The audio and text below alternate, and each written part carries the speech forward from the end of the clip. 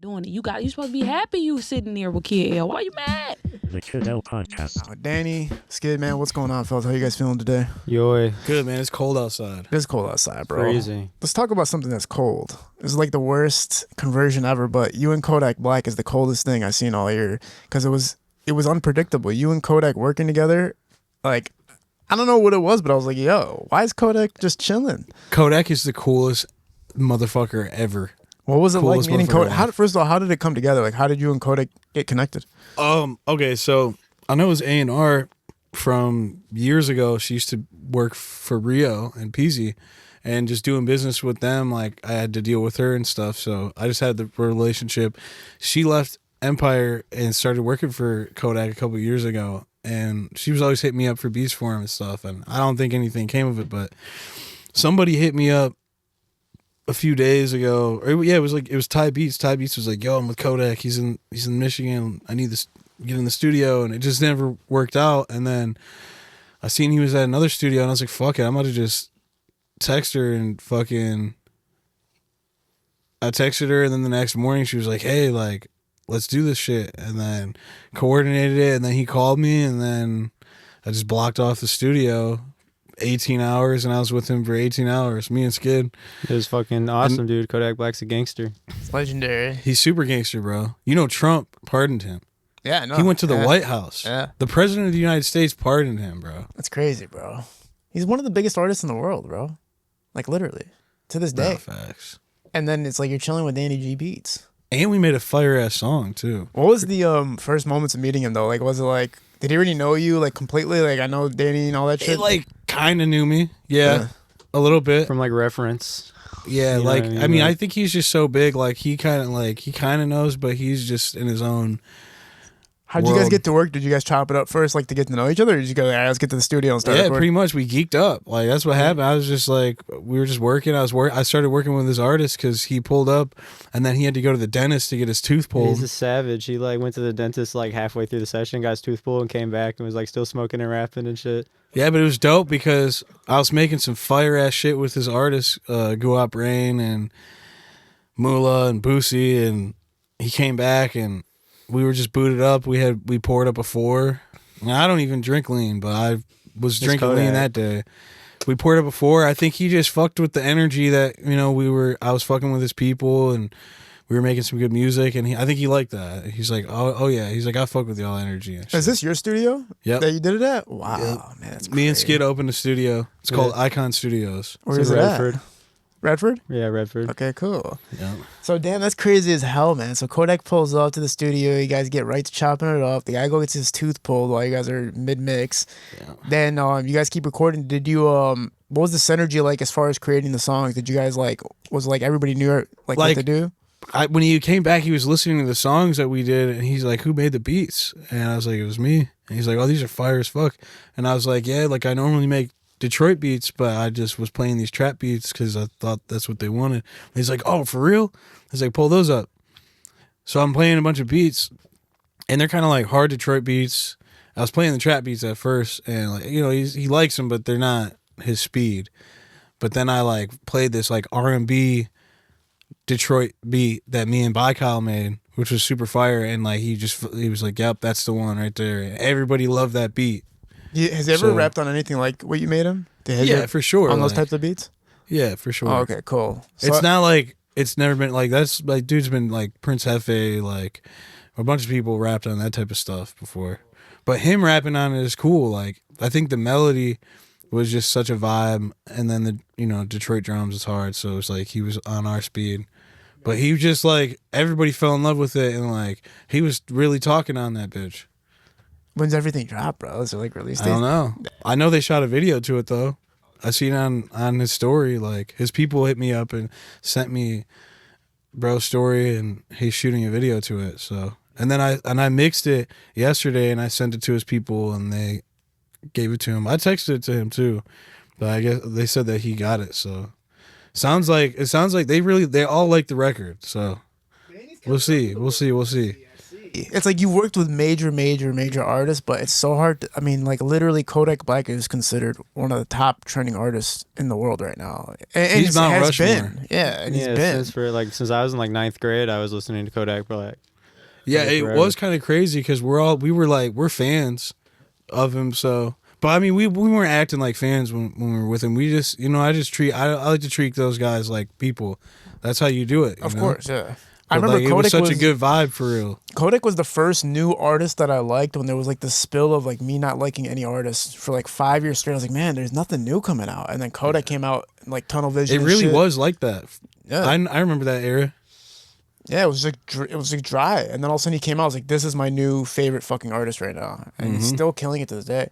So, obviously you post it, right? Everybody sees a picture of you and Kodak together. I'm sure everybody that wishes they had fucked with you is hitting you up after that, or there's some type of like flooding or something where everybody's trying to get in touch with you after that, right? Yeah, I mean, I don't know. I mean, it's just another day for me, to be honest, bro. I try to, like, no, it was great. The post went crazy. I guess I expected it to go crazy, but like, I didn't expect like Lando or the other pages to post me and shit. And then for sure, like, but it's dope because like Kodak's fucking with Detroit, and I'm part of that. So like, I think that's dope for people. I'm sure there's people that like hate me for it, but I'm literally we're just doing what we're doing, bro. Like I'm trying to get to the next level too. So and you've been working for so fucking long, bro. You've been in the game so long. I mean, you're in the. I'm sure you're in the hundreds of millions right now, right? Stream wise. yeah. So it's like you're conquering heavy numbers. You and Rio, you got to be on Rio's project, right? His since he's been out. Rio tapped in with you immediately, right? Because you guys already had.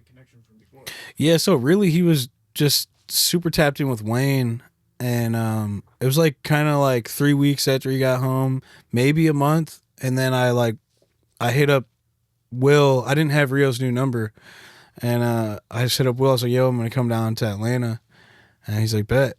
And I got down there, Rio called me, invited me to the studio, and I was going out there like twice a month and just locking in for like a week at a time, really like 2 weeks out of the month, just going up there and just making hella songs. And I got so many songs with him now. I did Dope Fiend Friday Part 2. It just never came out. But I don't know. I was just like focused on making a bunch of music with him, and he ended up dropping a couple songs on the new album. And then I got one.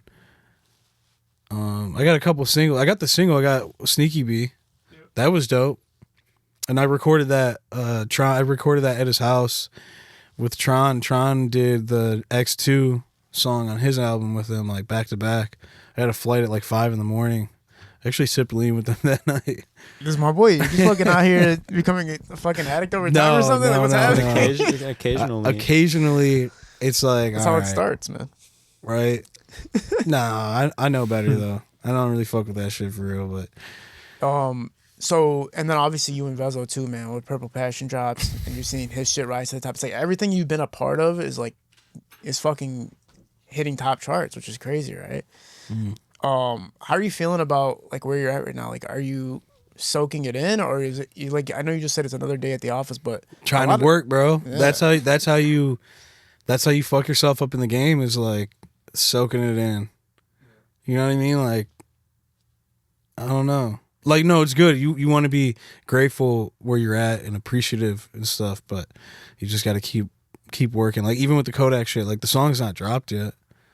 So I'm just, like I'm not celebrating too early. Like it's like a step in the right direction, right? yeah. That's how I see it. Yeah, celebrating kind of does feel like pointless when it's just you're just still in the grind mode. Like you're still trying to get there. I'm still trying to get there. But all the other producers or engineers that are trying to reach those feats or those numbers or have those collaborations are looking at you like, fuck, bro. Just keep working. Literally.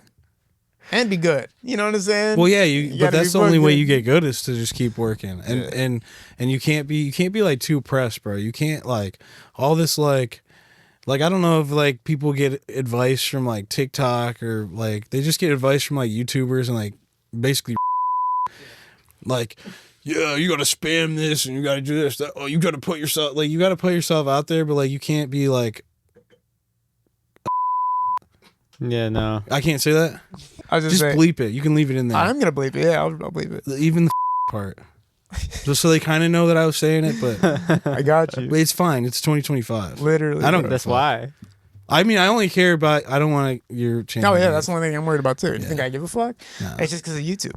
So that's awesome, man. So yeah, you don't want to. You just want to like just keep your head down and work.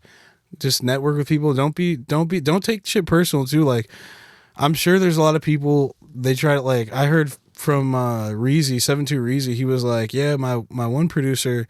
He said he thinks you're Hollywood. It's like, bro, I'm not Hollywood. I'm fucking on tour. I'm busy. Like, you don't even realize, like, we're traveling across the country. I'm learning how to DJ, first off. Like, because I was DJing the BabyTron tour. Like, it's like, bro, like, you think I got time to fucking sit here in DMs and talk to people and shit? And, of course, I want to make beats with people. And I like the guy's beats, but he called me Hollywood. Which I don't take personal, but I'm saying, like, for them, don't take shit personal because people don't hit you back and think that people don't fuck with me. Oh, once I get to the top, I'm not going to fuck with you because you wasn't there. Like, chill. Like, it ain't that serious. So if you can keep that mindset of, like, your time will come, you know? it is crazy, like when you, like somebody hits you up to work and you don't respond to them right away, and then 2 weeks later you get like the second message like you're a bitch, bro. It's like, bro, I was gonna hit you up. Just wait a little bit longer. You know how that is. Like, you might be busy. You might have opened the message and saw it, and you're like, oh, bet. But like, you're like taking a shit or like sleeping, and you're like, fuck. All right, I'll DM him back. You forget to DM back. It gets lost in the DMs. People and like they're over there thinking like, this guy's seen it and doesn't fuck with me. Yeah, he hates me. Kid L's fucking gay. But there is like a thing, right, where when somebody's up, they do sometimes go like, all right, fuck everybody else. And then when they go down, they're like, all right, where's everybody? But you shouldn't be. That's some ego shit. Yeah, you gotta let That's go of that ego shit. Even like, oh, I'm the underdog. I was the MVP. They wasn't fucking with me. Like, shut up, bro. No one gives a fuck. Like, chill. Like, you should just be like happy, bro. Like, you should just be happy. Oh, cool, I made it. Oh, there's the guy that I wanted to make beats with, like, or make music with, like, and now he wants to fuck with you. Like, do that. If you feel like they're not genuine and they're not cool, don't make music with them. But like, don't be on some like, just wait till I come up, bro. I'm gonna forget about everybody once I turn up. Like, shut up. It's like once somebody makes it, they unfollow all their friends and shit, and then they have 0 followers. Like they follow 0 people. Their first cousin. And yeah, they unfollow. That is like to make it have 0. Most egotistic shit ever. People will follow you for like 9 minutes and then like DM you twice, and then like you don't see it, and then like by the time you see it, like 30 minutes later, you click on it, they've already like unfollowed you and like unsent the DMs or like. Do you see how many people I follow? Me. I follow like 4,000 people because I'm an RN, bro. Like, I don't give a fuck. Like, I followed you like, I don't know, maybe sometimes I unfollow pages that are inactive and shit, but I really don't. I just like, I meet somebody cool. They might not even have motion or some shit. I'm just not a dick rider. Like, I don't care. Like, oh, this guy's cool. Like, I followed him or to support him. Like, followed him back. I'll be a fan or something. Like, I'll follow him back. You feel me? Yeah. That's just how it gets. People are over emotional, and then they got the keyboard right in front of them. You know how many people will say shit to me online, but then in person they're like, "Oh, bro, I fuck with you," and it's like they just got emotional and they were comfortable and they just got in their feelings. And I think you're right, though. That's that female shit, bro. It is for real, bro. You got to just get out of that, especially in entertainment, because I always you'll never make it. Yeah, 2 people that could have worked together that let stuff get between them, like they don't realize they just blocked themselves from becoming millionaires. You two people, if you had worked together, you would have became millionaires, but you have such a stupid little problem that you just didn't let it go forward. Pride and ego. That's the thing, though. It's like, it's weird because like the entertainment space is entertainment. So like that extreme egotism and all that stuff sometimes is like what's entertaining to people, right? Yeah.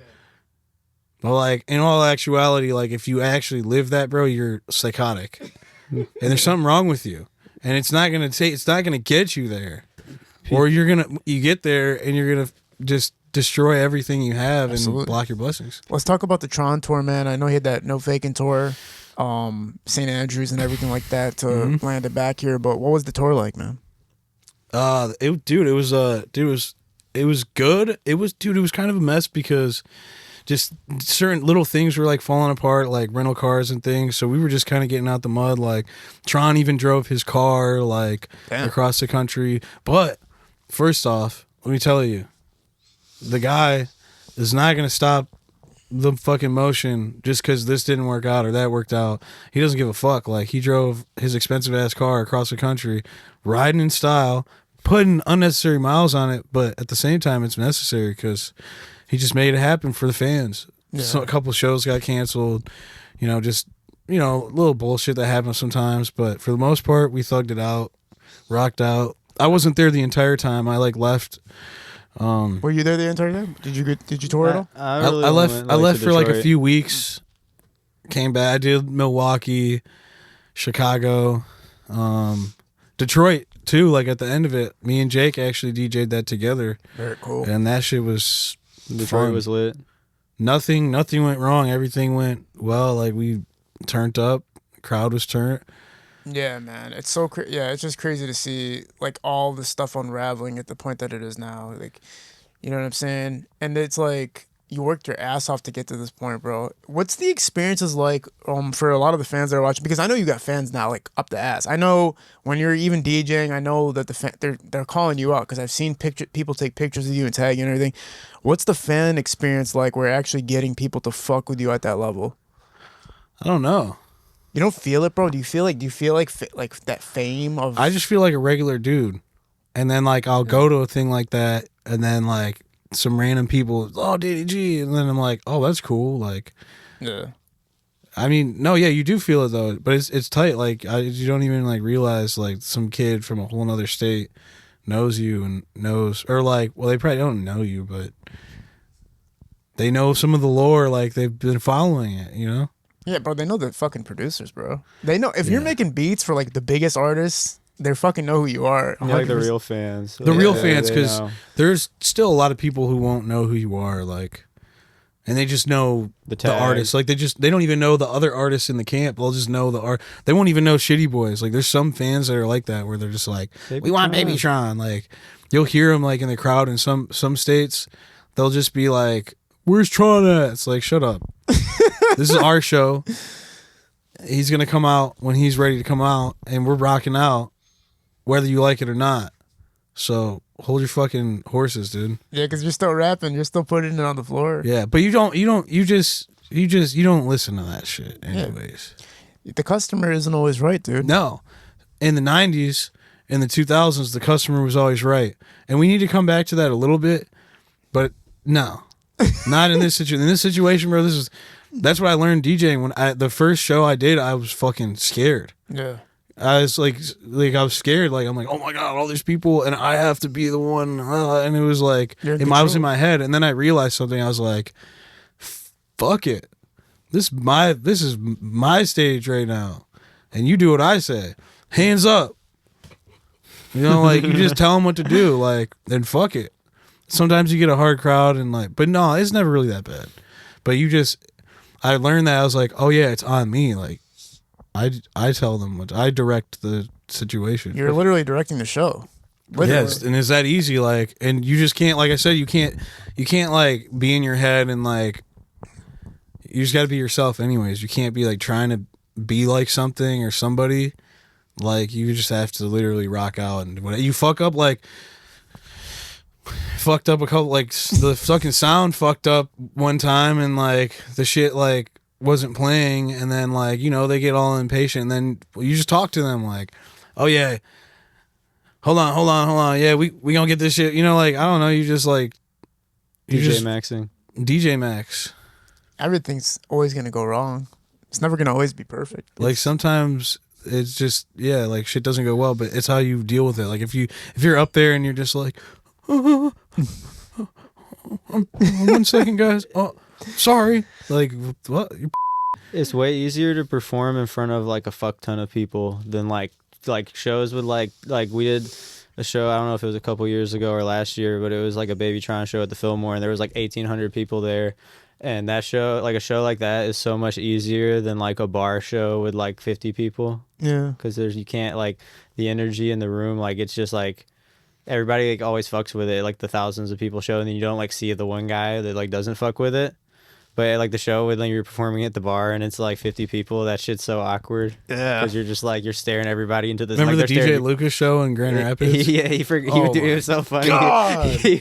Me and Sweet Tea were like, me, him, and Sweet Tea were performing with DJ Lucas, and we're like fucking with him and shit. Like, well, we were always just like talking to each other, and he like puts his headphones in and like he's like practicing his song. He's like, guys, shut the fuck up, like leave me alone for like 45 minutes, and like he has these AirPods in for like 45 fucking minutes, like practicing his song. Yeah. We get him on the stage, And and I he still forgets like every word. And I was trying to tell him before too. I'm like, dude, you're rapping. Like you can just like smoke. You like smoke. You can like stand there. You can like point. Like you don't even gotta rap. Like when you're rapping on the performance, you can just like be there and stuff, and they think it's cool. But he was like trying. He was like fuck. Oh my god, like fuck. I forgot the Yeah, I words. was freaking out. I was freaking He was out, like man. having a panic attack on the, and there was like Yeah. 20 people in the crowd. And See, shit.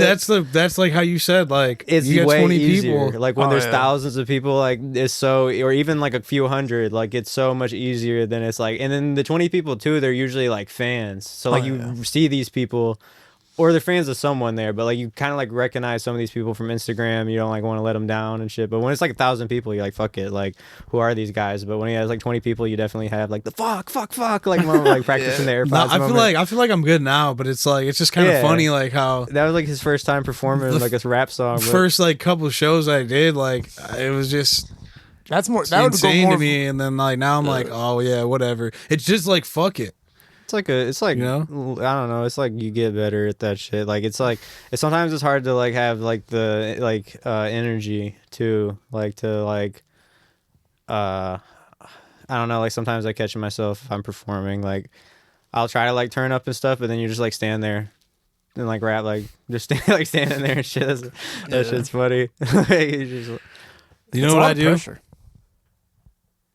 What'd you do? I'll have like a drink or two. couple beers. Yeah, if you get drunk, like my best shows, like you get like Ankith show. yeah, no, Ankith show too, but in New York. I played a metal song, like a deathcore song, bro, and I had a metal like mosh pit, bro. Our boy Zave threw a Jesus show in No New diddy. York, and I got like so incredibly drunk because I had like a terrible time in New York. Like it was just so too much. It was like too much for me. Like there was like too much going on everywhere, and so I had to get like drunk to deal with New York anyways. And then I get drunk before the show, so I'm like double drunk, and I was like super duper drunk. And that show was like awesome because I was like so drunk and so lit. And then I had the cigarette in my ear. The security guard there was like the worst dude ever. He had a ponytail, and he was just like really like he was just like one of those power trip guys. I had a cigarette in That my guy was ear. so stupid. And he kept coming up on people like on the stage and like telling the artist stuff like while they're rapping, and he would be like telling like, oh, like don't put your shirt back on, like do this, do that, and then don't stand too close to them. And like he was just coming in and interrupting the show, and I had the cigarette in my ear, and I'd like hold it in my hand and shit. But I was like rapping. Our set was like, I don't know, like 30 minutes or something. So it was like I had the cigarette like back and forth for a while. And he would come up on the stage every time I would touch it, or like it would be in my ear, and he would like grab me and be like, don't light that cigarette. Don't, like, while I'm rapping. Like I have a microphone in my hand saying words. And he's like, don't light that cigarette. Don't light that cigarette. I'm like, have you ever like seen a person that smokes cigarettes? Like if they have like if they're gonna light the cigarette, they're like lighting the cigarette. Like I know I can't light the cigarette right now. Like, and he just kept telling me over and over again. Maybe because I was drunk and he thought I was like gonna forget. I don't know, but I wasn't acting like super drunk either. Yeah, he just fuck that guy. He just wanted like he was like interrupt, like standing in front of like us rapping, like and like grabbing me and be like, don't light that cigarette. It was a power trip, dude. He was having He knew he had some type of control and he wanted to use it. our boy Yeah, like he's such threw, our boy threw the show, and like he had like the papers and like the contract where they like signed the show and shit, and he wouldn't let like him, and like he's like the promoter and shit, he wouldn't let the promoter in before it started or nothing. And then he recognized like Christ Dillinger, and Christ Dillinger like walks up, he's like, oh, Christ Dillinger, like come on in. And like he won't even let the promoter in. He wouldn't even let our boy Zave is like showing him the contract. He's like, dude, let me and my artists in and shit, because he had like a bunch of people performing. He had like 10-15 people performing, and he was like, let us all in, like, let us all in. And we're all standing out in the middle of the street in, like, New York, like, just waiting. And this guy's like... It smells like shit, by the way. Yeah, it smells like shit. It smells like piss and In New shit, York? like human like all shit. the worst stuff you can imagine. It's Trash, like hot. garbage, you're like hot breathing garbage. in. And you talk about it to the people who live there, and they're like, dude, you'll get used to it in like 2 weeks. Oh, they I'm like, love that's that shit. I'm like, that's terrible. It's I'm like, like, I you love shouldn't. New York. I love my tiny apartment where I That have to pay shit in the $10,000 a sink. month. I got a shit toilet, a toilet sink combo that I shit in. And I and cook piss in. on the dining room I wash table. my face in it. I brush my teeth in it. I love this shit. I love the Big Apple. All the opportunities. Yeah. Oh, I love this I have shit. to store my shoes Yeah, in the my rent's microwave only and like oven. 10,000 Because you a know month. why though? In New York, life is so fast paced. They don't have time to sit and doesn't- smell. They don't have. anything. Yeah, they don't so have time. Doesn't stop Yeah, at all. there's I like- They do don't like have the time to trains. really sit there and think. I like the wow, my life transportation. sucks. I like the- Ubering and like trains are awesome. I know my favorite part about New York is everything feels like a movie scene. Just Yeah, when you that stare is at cool. people and you're just like, man, that's like a fucking scene from a movie. First time I went was like GTA 4. There was like I don't know. We were there for like 4 or 5 days. I just hated like almost every second of it, and I had like a nice hotel room and shit. But even the nice hotel room was like, I wanted to like wear my shoes on the floor and like shit because it was just like so like encrusted with like, and it was like a nice room too, like for like. You know, someone Well, was you can selling get their in New cat York. in that bitch, and you're sitting there thinking like, damn, like I'm sleeping on this cockroach bed with like there's something was sold, some pussy was sold on there. Yeah, and Yeah. it's just nothing. The nice stuff isn't nice, and then it smells bad. And it doesn't stop. I saw me and my girlfriend were walking to the store to like get drinks, and we're walking, and like apparently the New Yorkers that I met were telling me about this like afterwards when I was explaining to them. There's like rat gangs. Like the rats have like different little territories, like whole different breeds of rats. Wow. And this one rat was like trying to get into the trash, and me and my girlfriend saw like these 3 rats like ripping this other rat apart, like biting it and ripping it apart. And like rats don't like do that, like here. Yeah. And but there's only so much trash to go around.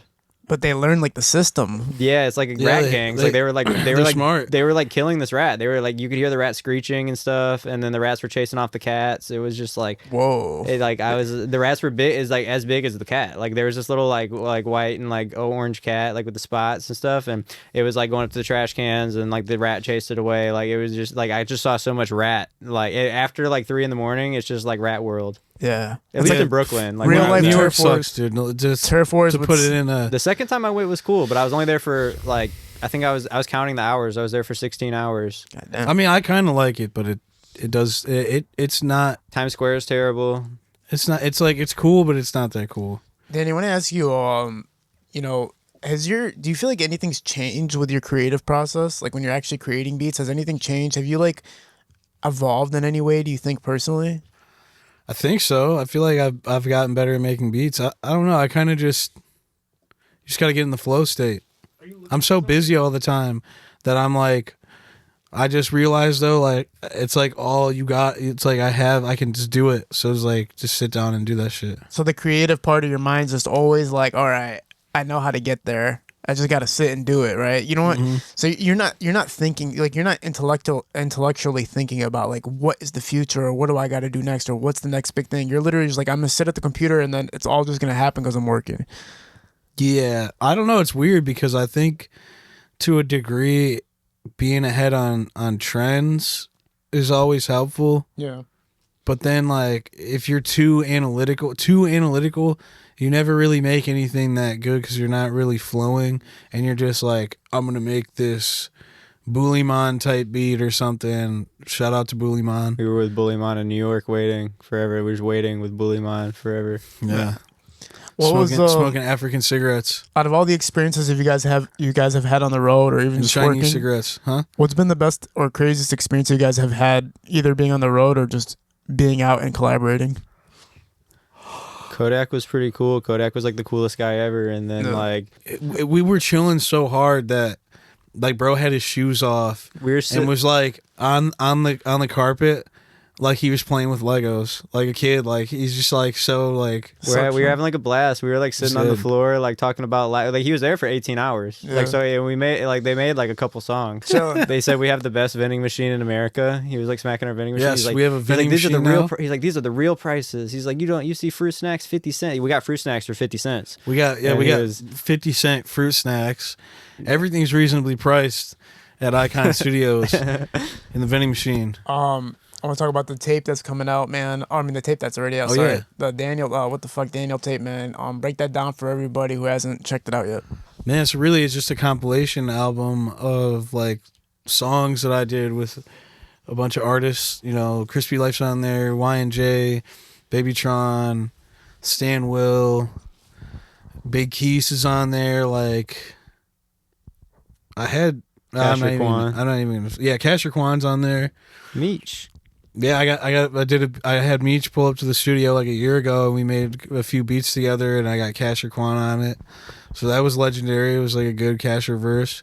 But yeah, When you're saying Meech, are you talking about Big Meech? No, like the producer Michigan Meech. I Meech. was about to say, man, what the fuck? That'd be crazy as fuck. Big what it Meech was looked still like. locked up when I made that beat. No, I was about to say, I thought you were talking about fucking Big Nah, Meech. that Michigan. was I gotta get that. legendary. I gotta get Michigan Meech on this fucking show, man. You should. You should. Historic guy, right? You should. Yeah, he's dope, man. Those are That guy's fire. So it's a compilation Cool tape, guy. and it's like, how long did it take you to develop it, knowing it was ready to actually put it Bro, out there? honestly, a lot of those songs are old. Like I was planning to drop it over a year ago, maybe close to 2 years ago. Okay. And I just got caught up with just working for everybody else, and then like maybe I don't know. I think I was just kind of like in my head too, like thinking it had to be perfect.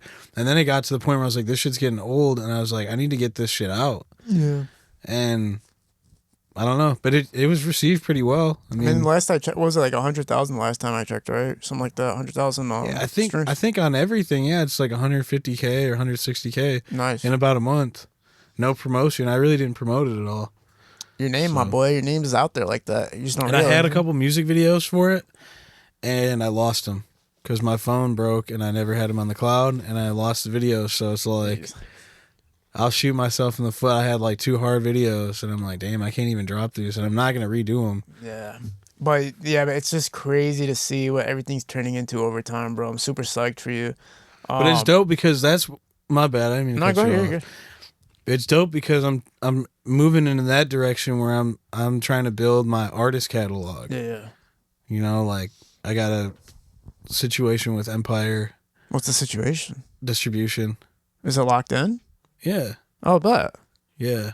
Okay, bet. Yeah. So I'm like, dude, I'm gonna just start building my catalog and like get into that sort of thing. I get, because I know they got expectations over there. I know it's not just like you can just like free fucking. You kind of have to like produce, right? You have to actually give them it's shit. not like I don't have like no like deal with them. Oh, just distribution. I got distribution. Oh, okay, It's bet. just like I don't have like I didn't sign a co-pub deal, or I didn't want to. I didn't want to sign a co-pub. I didn't take any money in advance or anything. I just wanted distribution because I want to build my catalog and everything, build more leverage, and like I'm sure I could get some money from them like on projects, but I want to like shop them. But if I build my relationship with them, like I've already been doing that, but Yeah. you know, later down the road I can get into something that makes sense Absolutely. for everybody. Is there anything you guys want to shout out before we sign off?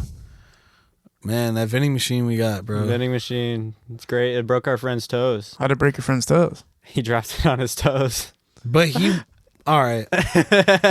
Like to be honest though, like I was holding it. He could have caught it. He could have caught. I was like, bro, like it's falling. Like, He didn't lift wanna- it up, and then he's like, "What do you mean?" And He then didn't want to mess up his Louis shoes. He had like he's like I'm not helping with the vending machine. I got on $2,000 Louis shoes, and we were like, that's Still. cool. And he was the only one not helping. And then the vending machine was falling, and then he's like, catch it. He's like he tried to run away so he didn't mess up his Louis shoes, and then the vending machine smashed his Louis shoes and his toes and broke his my shoes and his toes. It was a double whammy, dude. But Whew. Icon Studios, shout out Icon Studios. yeah, That's our Icon studio. Studios, bro. We're in Redford. That bitch is slapping. You know, we got Kodak in there, Tron's in there, fucking bunch of people have been in there. We're just building it out. Sure. Like, I'll yeah, be there. I'll be there. Pull up just to support, man. building that bitch. Show some love. All right, fellas. Appreciate you. We'll do another talk next month, man. Danny, you used to come by all the time, and then you disappeared in my ass. So we'll start. He's been getting I've back been here into- too, though. I've just been busy. I've been Yeah, locked hit you in up all too. the time. Let's get back into the fucking Danny G once a month, once every other month. Pull up, man. Let's do it. Get these updates going. We're at Parallel Sound Studio, Hello Visual Shootings Production. Shout out to Peace. Parallel. Fire.